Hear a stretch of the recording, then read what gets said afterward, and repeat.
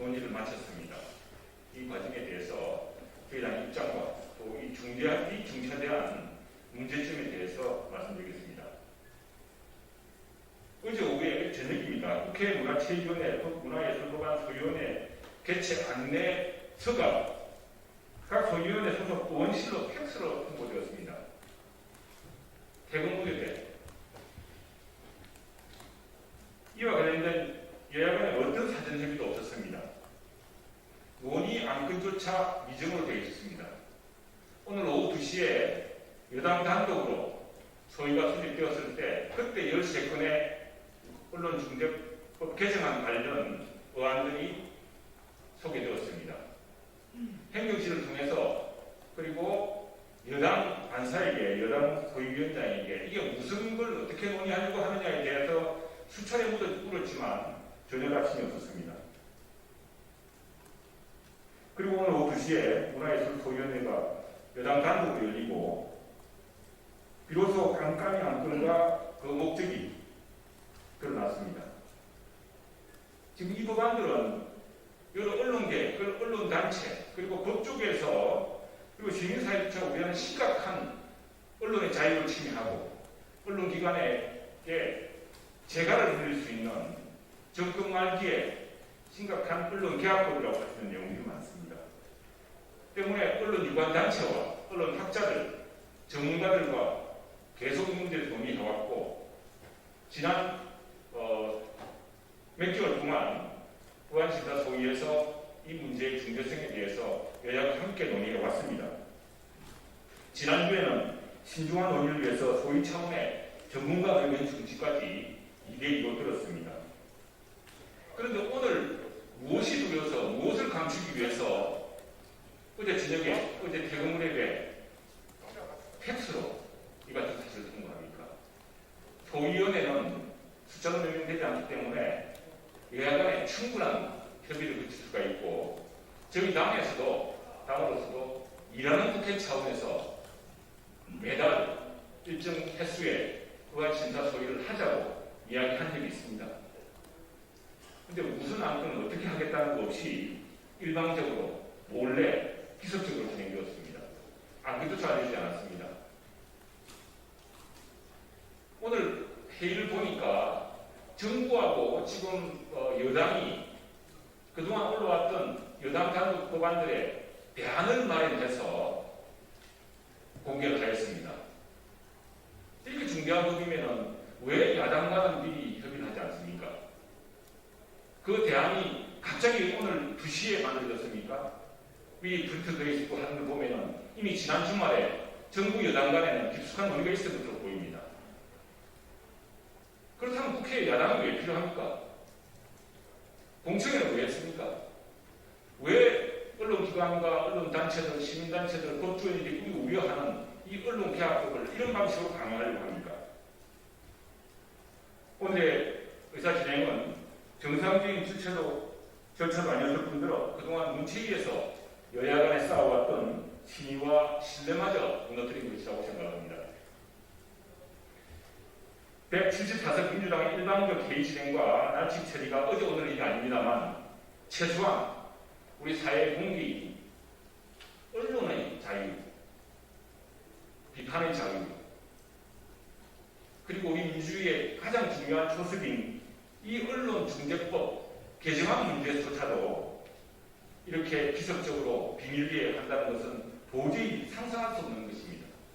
왜 그렇습니까? 왜 정권 말기에 언론 보도에 재갈을 물리고 언론의 자유를 심각하게 침해하고 이를 보도한 언론기관과 언론인들이 재산상의 심대한 위협을 가하는 이런 법안을 추진하고 있습니다. 한마디로 언론중재법안들은 중재 대신에 처벌을 선택한 언론처벌법이요 언론재갈법이라는 우리까지 나오고 있습니다. 현행 개정안의 문제점은 이미 말씀드린 여러 가지입니다. 지금 이 대목에서 이제 저희들은 우리 당으로서는 언론사와 언론인 여러분에게 중대한 호소를 하지 않을 수가 없습니다. 여러분 아시다시피 저희들 의석이 작기 때문에 지금 절대 반지처럼 저렇게 휘두르고 있는 여당의 단독 강행을 막을 수가 없습니다. 여러분이 관심을 가지지 않고 여러분이 속한 언론사, 언론단체에서 이 문제에 대해서 둔감하게 넘어간다면 아마도 여러분들은 곧 심대한 손해배상 소송, 여러분 당장 지금도 한 큰 유통 대기업으로부터 보도에 재갈을 물리는 시도를 받고 있고, 여기에 대해서는 언론 노조뿐 아니라 언론 단체에서 이미 우려를 표시한 바가 있습니다만, 이런 시도들이 진행되고 있습니다. 지금 도대체 이 언론의 정권 말기에 갑자기 재갈을 물리려는 이런 과도한 언론 규제법이 갑자기 10수건이 개정되려고 하는 이유가 뭡니까?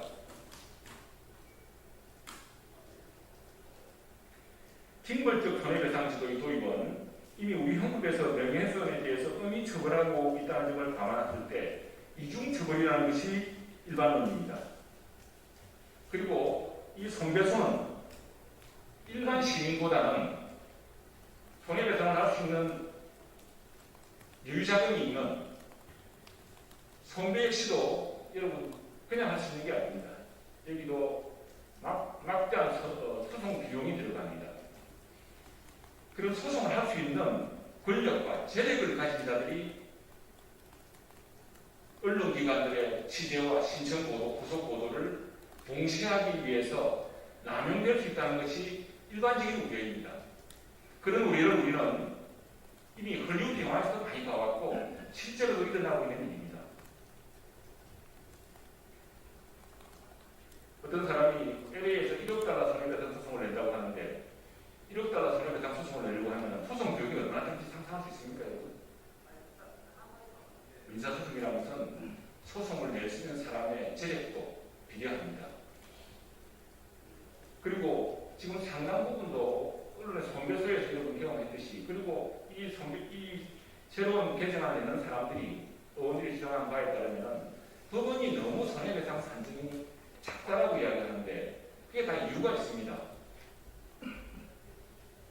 바로 이중처벌 때문이고, 그게 문제라면 법원의 양형 기준이 문제이지 법 자체가 문제가 아니겠습니다. 그런데도 무작정 언론이 심각한 위협을 느낄 정도로, 그리고 언론인이 심각한 공포를 느낄 정도로 지금 손해배상 금액을 상향해야 된다는 것이 이 언론계약법의 요책입니다.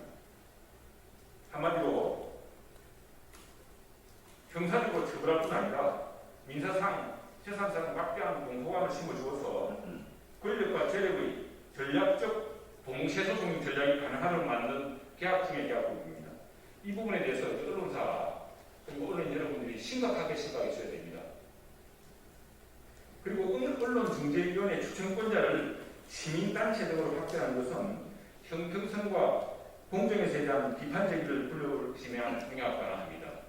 여러분, 언론중재위원회는 언론 문제에 관해서는 준사법기관입니다. 이것은 법과 언론을 전공하는 사람들에 대한 것이지, 그것이 임의의 시민단체들이 70% 이상을 차지해서 여론재판처럼 자주우지할 수 있는 것이 아닙니다.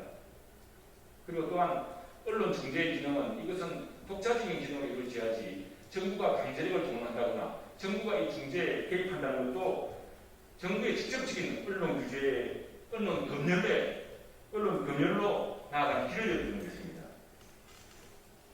그리고 정정보도의 방식에 대해서도 언론의 자유인 편집권과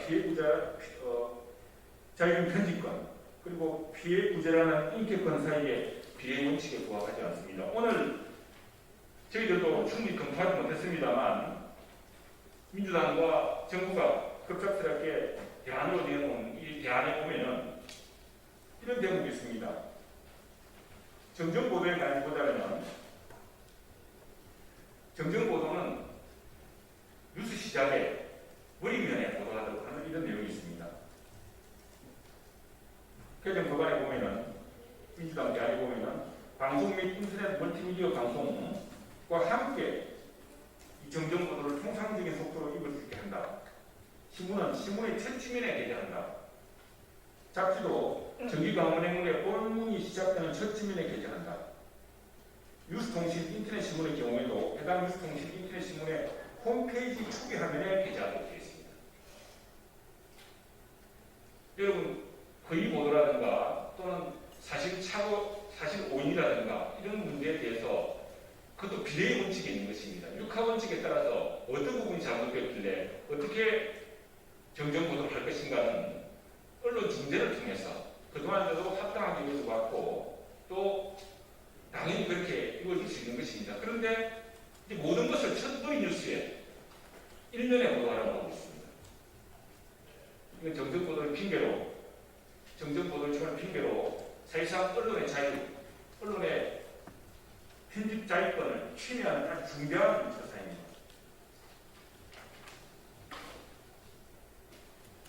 지금 이렇게 그동안 민주당의 전 13건의 법안 한꺼번에 묶은 이 대안을 내면서 이것을 야당한테 알리지도 않고 안건이 무엇인지 알려주지도 않고 이런 언론인도 몰랐습니다. 이런 방식으로 진행해도 되겠습니까? 이제 이 정권도 1년밖에 안 남았습니다. 정권에 대해서 비판적인 보도를 차단하고 이런 목적이 아니라면 이렇게 진행할 수는 없는 것입니다. 무엇을 주려고 있는 것입니까?